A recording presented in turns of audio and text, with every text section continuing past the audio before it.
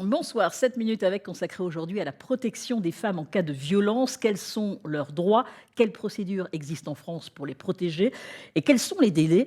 Élément de réponse avec mon invité. 7 minutes avec Nejma Berkane. Bonsoir. Bonsoir. Merci d'avoir accepté mon invitation. Vous êtes avocate.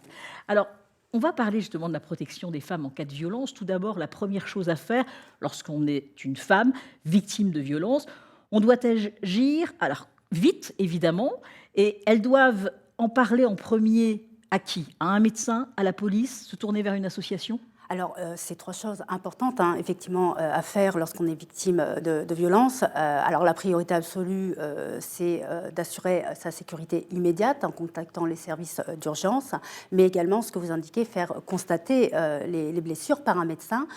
Ça peut être à l'UMJ, hein, l'unité médico-judiciaire, à l'hôpital, ou le médecin traitant, que ce soit des blessures physiques ou psychologiques, qui a un certificat médical qui sera utile pour la suite. 39 39 19, numéro gratuit, numéro d'urgence, véritablement. On va le noter pendant toute l'émission. Oui, c'est un numéro très important, hein, qui permet un accueil confidentiel et d'orienter, et notamment vers les associations, hein, spécialisées, et notamment Violence Femmes Info, et les associations locales également qui peuvent apporter un accompagnement confidentiel, un soutien psychologique, mais également des conseils sur les démarches à entreprendre. Et par SMS, c'est le 114 pour les personnes sourdes et malentendantes, le 114.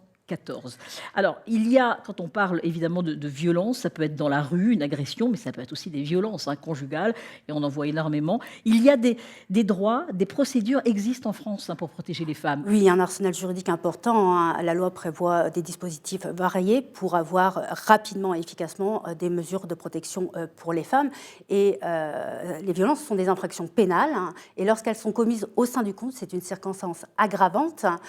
Donc les peines seront plus sévères, mais il y a également un traitement spécifique pour apporter des mesures immédiates et protéger la femme. Des mesures beaucoup plus rapides maintenant pour la prise en charge des femmes violentées. En 6 jours, c'est ça, on peut avoir une décision, Oui. et même plus rapide encore? Oui, et même plus rapidement. Alors, s'il y a une procédure pénale, hein, même en tout procès, condamnation pénale, vous pouvez avoir des mesures d'éloignement du conjoint violent, des mesures de protection, mais également sur le plan civil, hein, demander en urgence une audience auprès du juge des affaires familiales pour avoir une ordonnance de protection, et celle-ci va être rendue effectivement dans un délai de 6 jours, hein, voire 24 heures s'il y a un danger immédiat et grave Ça a pour la évolué. personne. Ça a Oui, évolué, effectivement, hein. récemment, ça date d'il y a un an. Oui. Et par rapport à cette procédure, ce qui est important, c'est qu'on est vraiment juste sur la vraisemblance des violences. Il ne faut pas des preuves irréfutables, mais voilà, des éléments, des photographies, des constatations.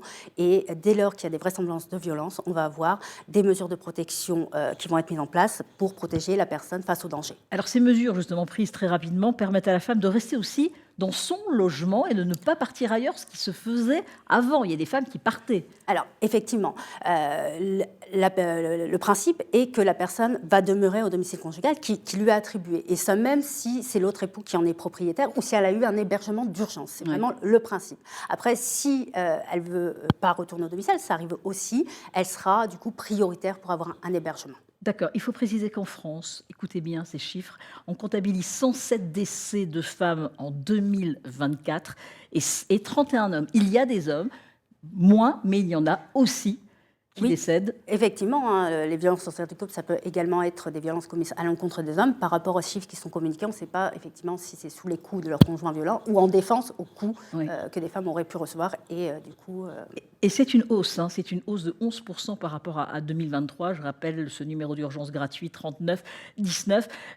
Pour le conjoint, les interdictions de rapprochement, ça existe évidemment. Et il existe le bracelet anti-rapprochement. Oui, parce qu'il y a des interdictions de contact avec la personne et également des interdictions de paraître à certains endroits, et notamment le domicile, comme vous l'indiquez. Oui. Et dans ce cas-là, il y a un dispositif, hein, l'agresseur, on lui impose ce bracelet pour pouvoir surveiller à distance qu'il respecte bien les interdictions et en cas de violation, de pouvoir agir rapidement. Il faut savoir également qu'il y a un autre dispositif, c'est le téléphone grave danger, pour justement aussi permettre à la victime, par une simple activation d'une touche, d'être en relation avec les forces de l'ordre pour une intervention rapide. Alors pour ces procédures, évidemment, des associations peuvent aider à gérer cette période difficile et à se reconstruire aussi. Ah oui, c'est une période difficile, hein. Elles vont être accompagnées dans le cadre de leur démarche, hein, que ce soit leur démarche juridique, administrative, pour les logements, les aides financières, mais également avoir un soutien psychologique, hein, des associations pour justement se reconstruire. Vous êtes avocate spécialisée en pénal. Justement, il y a des procès chaque fois? Non, pas tout le temps? Alors non, pas tout le temps.